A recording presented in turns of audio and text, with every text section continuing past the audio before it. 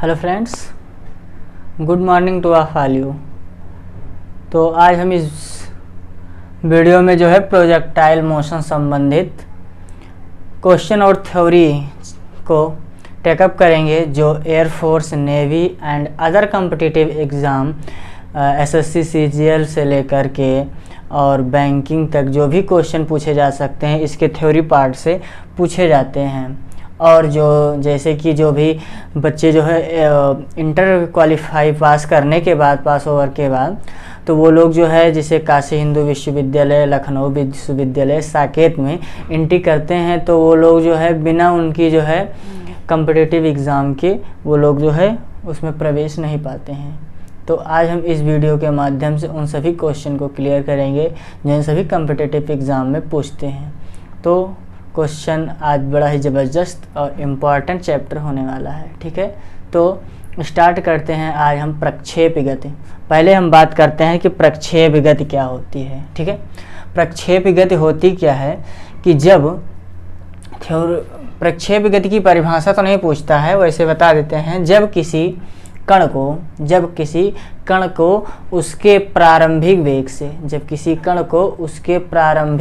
से अन्य किसी डायरेक्शन में, जब किसी कण को, ये देखिए कण ये जा रहा है यहाँ से, जब किसी कण को उसके प्रारंभिक वेग से हमने फेंका है, प्रारंभिक वेग व्यू से फेंक रहे हैं, प्रारंभिक वेग से फेंका जाता है, तो वह अन्य किसी डायरेक्शन में प्रक्षेपित किया जाए। जब किसी कण के प्रारंभिक वेग को उस कण के प्रारंभिक वेग से अन्य किसी डायरेक्शन में प्रक्षेपित किया जाता है, तो गुरुत्वीय त्वरण के प्रभाव से, मेनली गुरुत्वीय त्वरण के प्रभाव से ऊर्ध्वाधर दिशा में यह एक वक्र के समान व्यवहार करता है। क्या? ये देखिए मेनली आपके सामने ही एक वक्र के समान व्यवहार कर रहा है।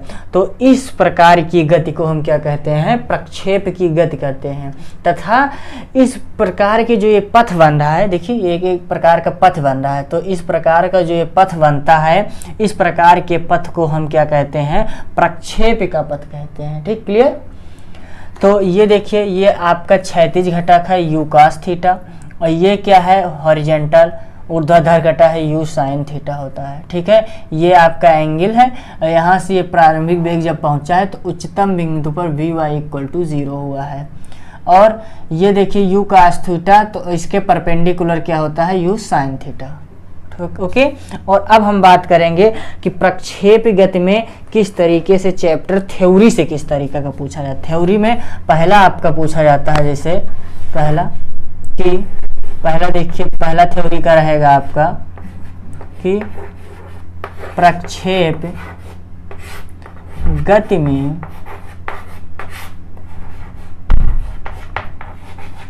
हवा का प्रतिरोध नगण्य होता है। हवा का प्रतिरोध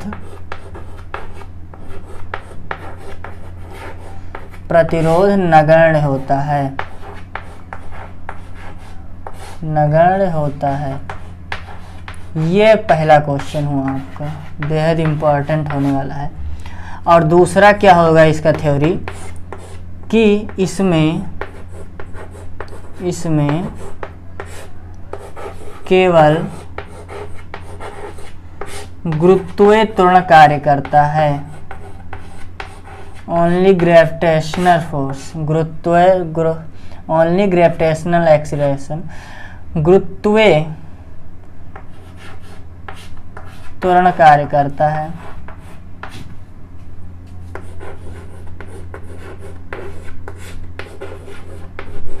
और थर्ड आपका रहेगा कि जो गुरुत्वीय त्वरण होता है,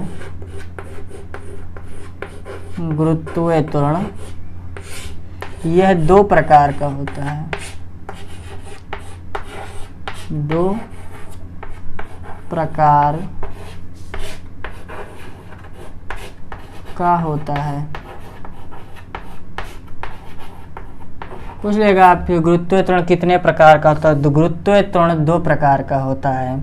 ठीक है। और ये नेक्स्ट है आपका 4th नंबर कि प्रक्षेप बिंदु से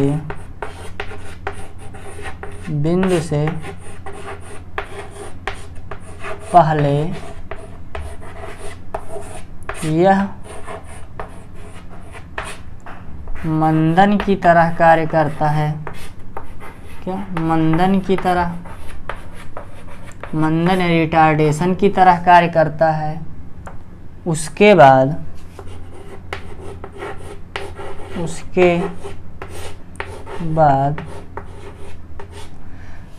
त्वरण के समान व्यवहार करता है। त्वरण के भांति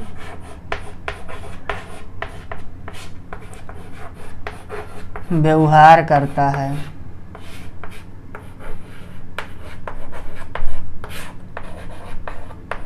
और ये बेहद मोस्ट इम्पॉर्टेंट क्वेश्चन, ये नेवी में पूछा गया था 2019 सितंबर बैच में। क्या पूछा था कि प्रक्षेप गति में जो क्षैतिज वेग होता है, क्षैतिज वेग होता है, वह क्या होता है? कांस्टेंट, वह नियत होता है,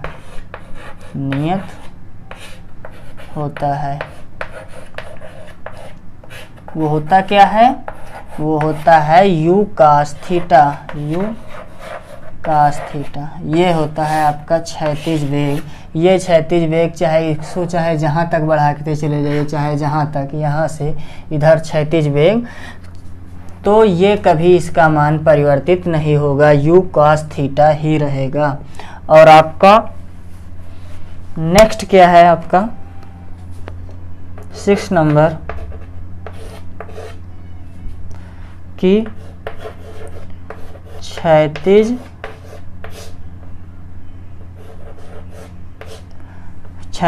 वेग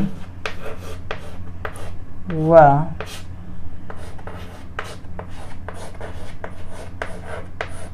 त्वरण के बीच जो एंगल होता है, कोण 90 डिग्री होता है। ठीक है, ये था आपका किस तरीके से थ्योरी पार्ट पूछा जा सकता है आपसे। ठीक है, अब हम आगे बात करते हैं। आगे क्या?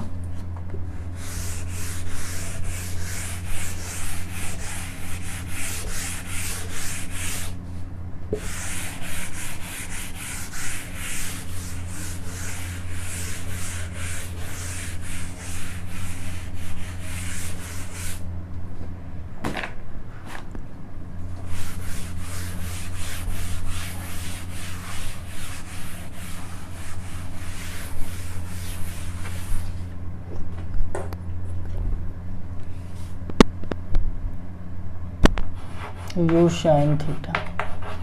आगे हम बात करते हैं, एक होता है प्रक्षेप का समीकरण। ठीक है, प्रक्षेप का समीकरण, ये जो है एयरफोर्स में एक बार पूछा गया क्वेश्चन था। मतलब इसमें से वैल्यू दी हुई थी, इस पे आपकी वैल्यू x इक्वल टू होता है y इक्वल टू होता है x tan theta minus gx square upon GU square cos square theta. ये होता है प्रक्षेप का समीकरण। ठीक है, यही पूछा गया था। वैल्यू, वो क्वेश्चन क्या पूछा गया था उसकी संख्या तो नहीं मालूम, लेकिन हाँ वैल्यू 2-3 मालूम है, अभी हम क्वेश्चन के माध्यम से कराएंगे। और अब हम आगे बात करेंगे कि प्रक्षेप का उड्डयन काल, प्रक्षेप का उड्डयन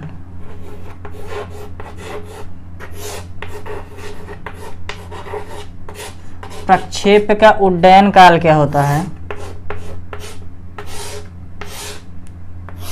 प्रक्षेप का उड्डयन काल के लिए न्यूटन फर्स्ट लॉ होता है v equal to u plus at। ठीक है। और यहाँ पे हम क्या रखेंगे, b के स्थान पे हम रखेंगे vy equal to ui plus at, ठीक है। ये यहाँ से उसके बाद आपको बात करेंगे हम कि यहाँ पे वैल्यू आपका by इक्वल टू इन्होंने दिया है 0। समीकरण में देखिए by इक्वल टू 0, ये प्रक्षेप का पूरा स्ट्रक्चर है, क्या होता है प्रोसेस। तो vy और ui आपका दिया है, ui आपका दिया है u साइन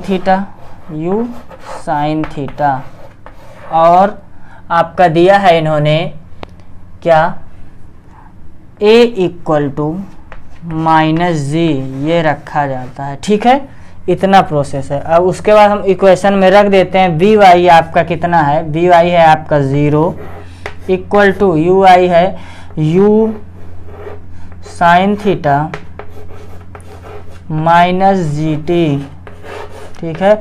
अगर यहाँ से हम t निकालते हैं तो u sine theta by g, ये होता है आपका आवर्तकाल, क्या, प्रक्षेप का उड्डयन काल, ठीक है। और अब हम आगे बात करेंगे, यदि टाइम को 2 टाइम मान लिया, यदि समय को 2 टाइम मानते हैं, क्या है, समय को इफ टाइम आर 2 टाइम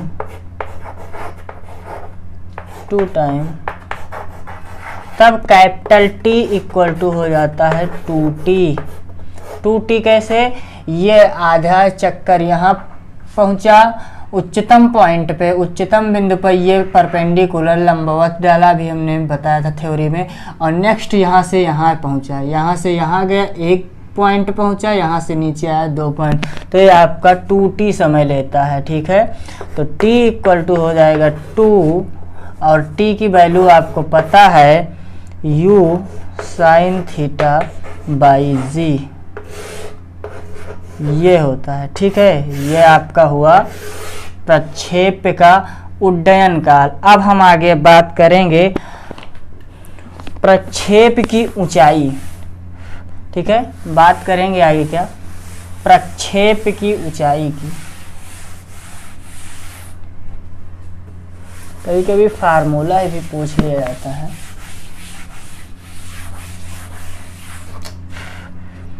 कह रहे हैं प्रक्षेप की ऊंचाई,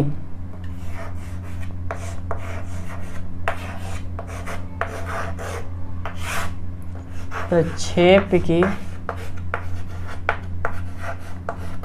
ऊंचाई। तो प्रक्षेप की ऊंचाई के लिए क्या करते हैं हम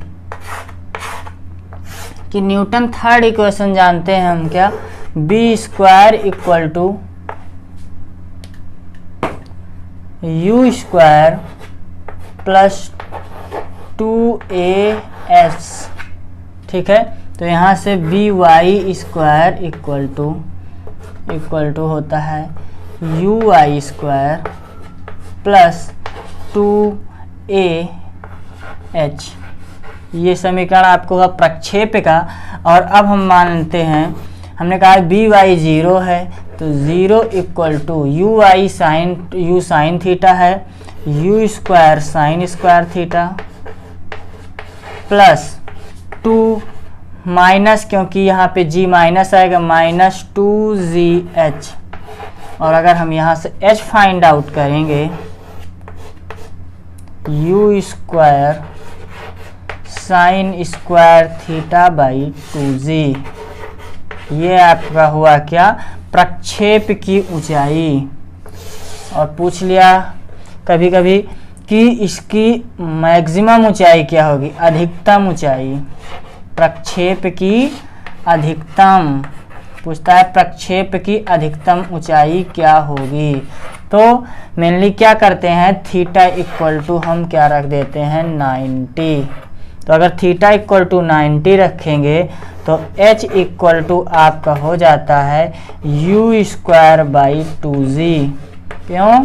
क्योंकि साइन स्क्वायर थीटा की साइन 90 की वैल्यू 1, तो साइन स्क्वायर थीटा 1, तो h equal to you square by 2z, h maximum बोलेंगे इसे, ठीक है।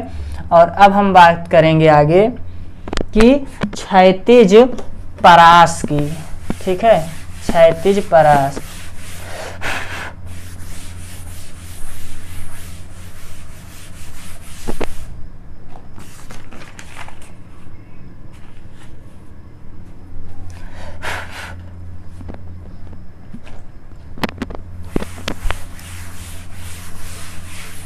क्षैतिज परास की अगर बात करें हम,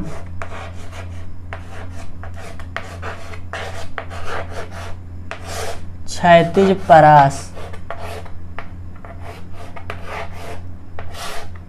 रेंज ऑफ प्रोजेक्टाइल मोशन।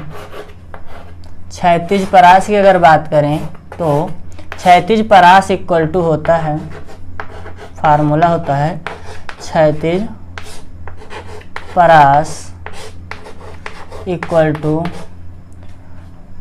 क्षैतिज वेग, क्षैतिज वेग इनटू उड्डयन काल, ठीक है। ये हुआ क्षैतिज वेग।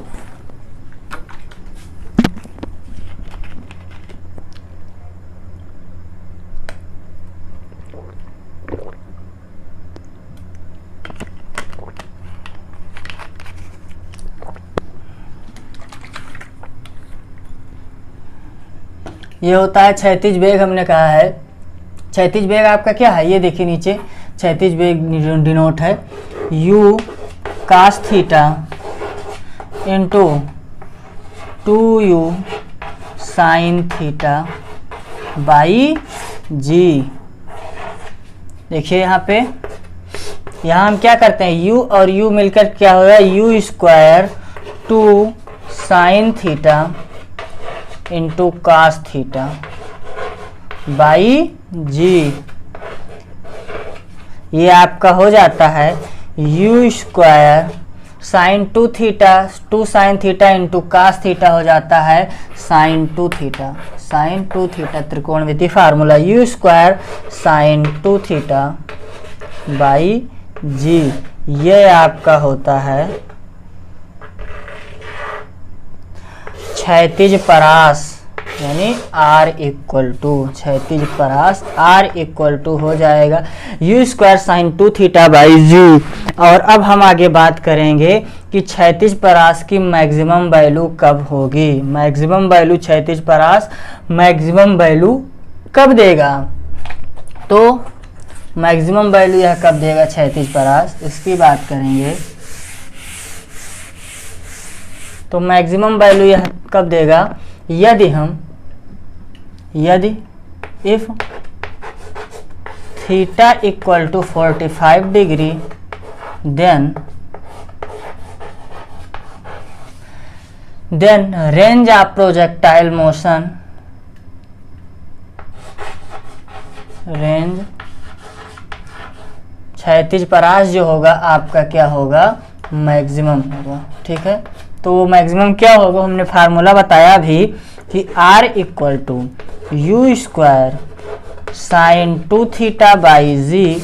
तो अगर हम रखेंगे R equal to you square sine 2 into 45 sine 90 की वैल्यू 1 बाई जी, तो R इक्वल टू आपका आ जाएगा यू स्क्वायर बाई जी। ये आपका R मैक्सिमम क्षैतिज परास अधिकतम का फार्मूला u स्क्वायर बाई जी हो जाता है।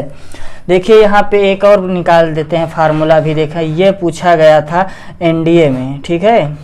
एनडीए में पूछा गया क्वेश्चन है R equal to you square by G.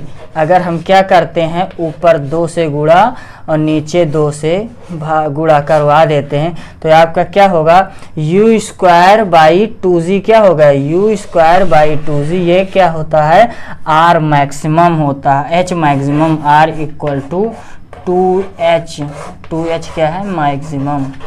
ये फार्मूला देखिए क्षैतिज क्षैतिज परास और ऊंचाई में ये संबंध होता है।